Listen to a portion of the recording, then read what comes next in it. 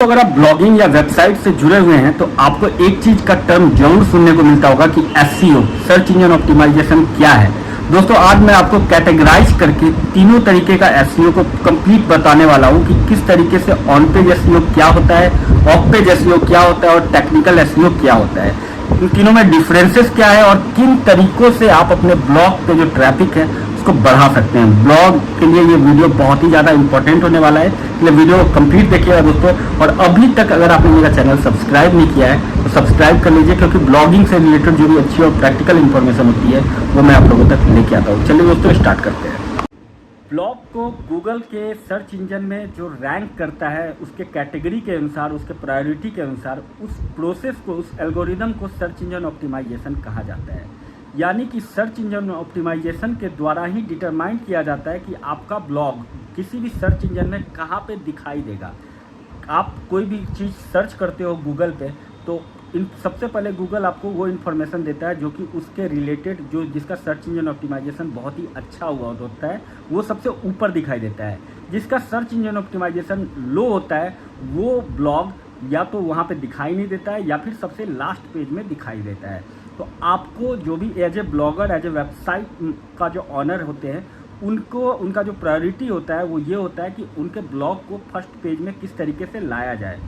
इस first page में लाने के लिए बेसिकली तीन तरीके के प्रोसेस होते हैं। पहला होता है ऑन पेज एसईओ, दूसरा होता है ऑफ पेज एसईओ और तीसरा होता है टेक्निकल एसईओ।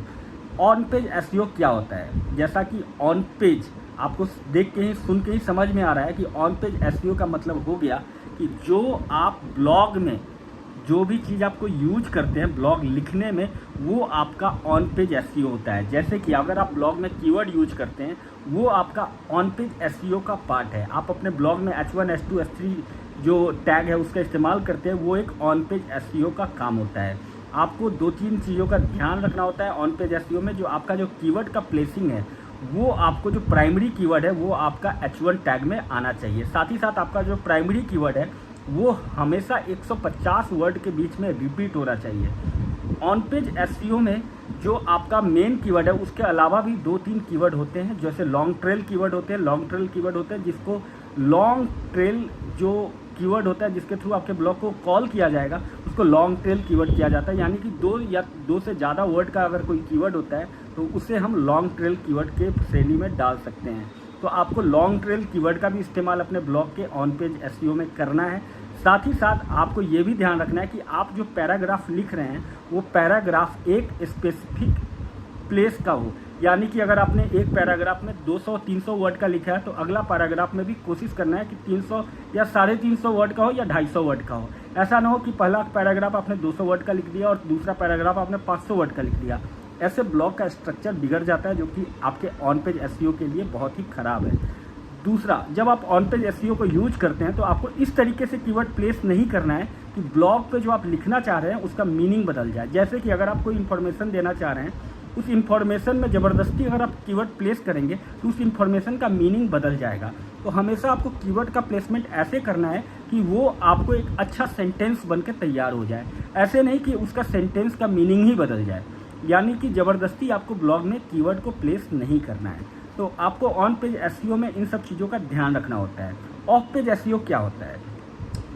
जब आप बैकलिंक्स पे काम करते हैं, बैकलिंक्स यानी कि आप किसी दूसरे ब्लॉग पे अपने ब्लॉग का लिंक देते हैं या फिर आप दूसरे ब्लॉग पोस्ट, जो पोस्ट आप लिख रहे हो उसमें अगर आप अपने पुराने ब्लॉग पोस्ट का अगर आप लिंक देते हो तो वो एक बैकलिंक्स होता है। बैकलिंक्स दो तरह के होते हैं। इंटरनल बैकलिंक्स जिसमें आप अपने ब्लॉग का जो एक पोस्ट है उसका लिंक आप अपने दूसरे ब्लॉग पोस्ट में यूज करते हो, उसे इंटरनल बैकलिंक्स कहते हैं।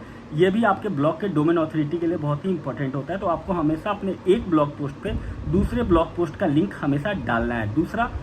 दूसरा बैकलिंक्स होता है जो कि आप अगर किसी दूसरे का रिलेवेंट ब्लॉग है, अगर आप कोई क्रिकेट का ब्लॉग बना रहे हो, अगर किसी और ने क्रिकेट का ब्लॉग बनाया है या फिर क्रिकेट से रिलेटेड कोई न्यूज़ बना रहा है तो वो आपके ब्लॉग का लिंक अगर अपने ब्लॉग में देता है तो वो भी बहुत ही, वो सबसे ज़्यादा काम करता है आपके जो एसईओ के लिए। जो आपका ऑफ पेज एसईओ है उसके लिए बैकलिंक्स का सबसे इंपॉर्टेंस होता है। तो बैकलिंक्स आपको बनाना आना चाहिए। बैकलिंक्स कैसे बना सकते हैं इसके रिलेटेड मैंने बहुत सारे वीडियो बना रखी है, आप उसको देख सकते हैं। तो ऑफ पेज एसईओ में बेसिकली आपका बैकलिंक्स का ही काम होता है। बैकलिंक्स बनाने के लिए आप कमेंट का भी यूज कर सकते हो, जिससे आपको डू फॉलो बैकलिंक्स मिलता है। आप किसी भी आपका जो रिलेवेंट टॉपिक है, उसी आप ही के ब्लॉग का जो टॉपिक है उसी के रिलेटेड कोई ब्लॉग है, उसके ब्लॉग पे जाकर के एक अच्छा सा कमेंट करते हैं तो भी आपको एक अच्छा बैकलिंक्स मिल जाता है। तीसरे तरीके का एसईओ होता है टेक्निकल एसईओ। टेक्निकल एसईओ क्या होता है? जैसे अगर आप गूगल सर्च इंजन में जाकर के अपने ब्लॉग को रैंक करने के लिए आप उसको लिस्ट करते हैं, इंडेक्स करते हैं, तो वो एक टेक्निकल एसईओ है। स्कीमा आप डालते हो, वो आपके ब्लॉग का एक टेक्निकल एसईओ है। योस्ट एसईओ का इस्तेमाल करते हो, उसका सेटअप करते हो, वो एक टेक्निकल एसईओ है। तो ये तीसरे तरीके का जो एसईओ है, इसे अभी तक ऑन पेज एसईओ में ही डाला जाता था, लेकिन अब इसे एक नया टर्म दिया गया है, टेक्निकल एसईओ। टेक्निकल एसईओ सबसे इम्पोर्टेंट पार्ट है ब्लॉग के एसईओ के लिए। अगर आप टेक्निकल एसईओ नहीं करेंगे तो आपका ऑन पेज और ऑफ पेज दोनों जो एसईओ है दोनों गड़बड़ा जाएगा। तो आपको टेक्निकल एसईओ में उन सब एस्पेक्ट को ध्यान रखना होता है जो कि ब्लॉग का सेटअप में इम्पोर्टेंट होता है। ब्लॉग का सेटअप में किस तरीके से एसईओ करना है, इसके रिलेटेड मैंने एक एक्सेल में एक सीट बना रखा है। उस सीट को आप यूज कर सकते हैं। उस सीट को कैसे लेना है उसके लिए आपको इंस्ट्रक्शन सेक्शन में नंबर मिला है, आप उस पर व्हाट्सअप कर सकते हैं। दोस्तों वीडियो कैसा लगा हो जरूर बताइएगा दोस्तों। और अभी तक अगर आपने मेरा चैनल सब्सक्राइब नहीं किया है तो सब्सक्राइब कर लीजिए, क्योंकि ब्लॉगिंग से रिलेटेड जो भी अच्छी और प्रैक्टिकल इन्फॉर्मेशन होती है वो मैं आप लोगों तक लेके आता हूँ। थैंक यू, धन्यवाद, रियली अप्रिशिएट योर टाइम।